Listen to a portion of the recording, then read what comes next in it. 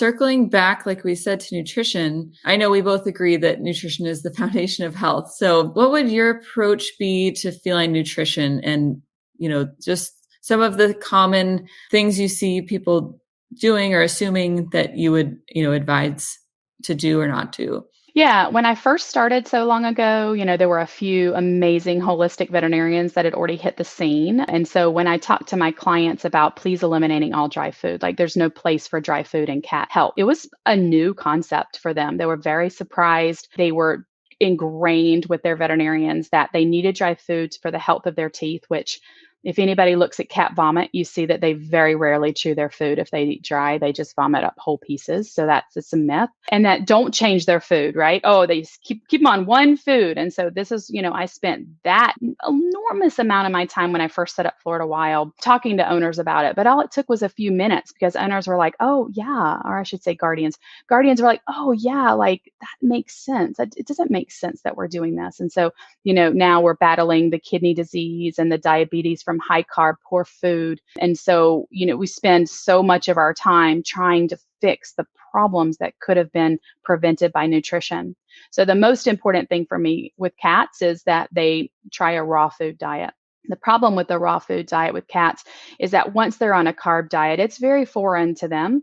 And also their gut microbiome is set for a dry food. And so now if you introduce a raw food, you're going to have a massive lactobacillus die-off in the gut, and you're going to get the screaming, diarrhea, and the owners are going to call you, my cat can't tolerate this. So, we got to educate the clients that transition to a raw is very important. And then some cats aren't going to do it. And so then maybe we could consider like a dehydrated raw food or a home cooked diet. And so those are, again, my favorite. So 100% whole food, even if it's just a little bit on top, we want to shift there. And then absolutely no dry food whatsoever. And then potentially worst case, but better than dry food is canned food. But we have to acknowledge that there's toxins and aluminum in the canned food that have been linked to hyperthyroidism in cats. So we do what we can do. It's very difficult and it's very patient. And I work with birds too. And so getting birds converted to a healthy diet is just a labor of love. And you dig in, and you try to get that conversion very slowly and very carefully. And then your health problems are just going to be enormously improved with your pets. Yeah, I always try to let people know that if they have a kitten and they are feeding them dry food, at the very least, they should offer wet food sometimes to make sure that the cat knows that that's also food. Yeah. If you're raised on kibble forever, then some cats don't even recognize meat or other types of fresh foods as food, which is pretty astounding. No, that's exactly right. And also, we're fighting against companies that put food addictive and flavoring scented things in their food. So how do we fight that with whole food, Yeah. So it's very difficult. So when you're a young veterinarian, you tiptoe nicely and you say, oh, you really should do this. But when you get to be an old veterinarian like me, you say, no, this is what you're doing. You cannot feed dry. You are going to kill your cat. So there's some benefits of being the old gal on the block. Yeah, it is.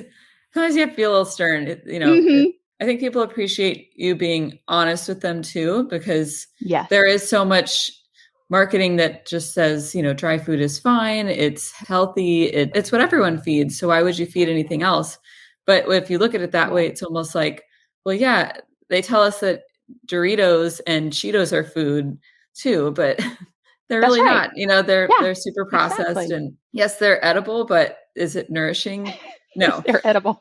Exactly. Yeah. It's like the food scientists make it delicious and irresistible. So I think that's a big reason why a lot of cats do get obese is because they're kind of overfed and undernourished eating these dry foods. It's like someone eating chips all day where you're eating and eating, but you're really not getting what your body needs. So it's so much easier to overeat instead of 100%. If you eat protein, then you're going to feel satisfied pretty quickly and just be done eating when you're done. Exactly.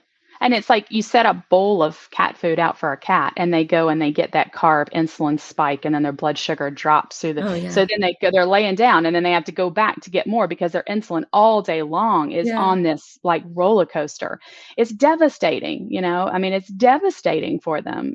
Period. Like that's the end of the story. Yeah, there's nothing further beyond that. It's just you just can't do it. Yeah. So it's really cool to just have support in changing the narrative around food, because it's just crazy how the mainstream narrative about food and nutrition is so different than the more holistic integrative approach. And so I hope Absolutely. that cat guardians and owners can feel powered to at least have the discussion with their veterinarians, or, there's a lot of good information on the internet. There's holistic consultants like you and myself that are happy to chat with you too about nutrition, instead of necessarily having to convince your vet to support you in feeding that if they are not on board with it. Yeah, absolutely. And then, sometimes you got to be in a space with your veterinarian where it's a two-way street where we can and it's the same with, even humans, we have to be able to bring our concerns and we have to be advocates for our own animals. Yeah, absolutely. So what is your number one tip that you would recommend pet owners to go away with today and implement right now, besides the dry food thing we just said? I think, in line with energetic medicine, I have to go back to that and say, be mindful that your energy impacts everyone around you, including your animals. And so if you're coming home from a really bad day and you've got an animal sitting at the door who's been waiting all day to see you, take a few breaths before you walk in the door, center, so that you can go in and that they can feel some good energy and they don't have to feel that because they take it in and they absorb it. Yeah, that's so true. And yeah, like we're their whole world. So it really does make a difference.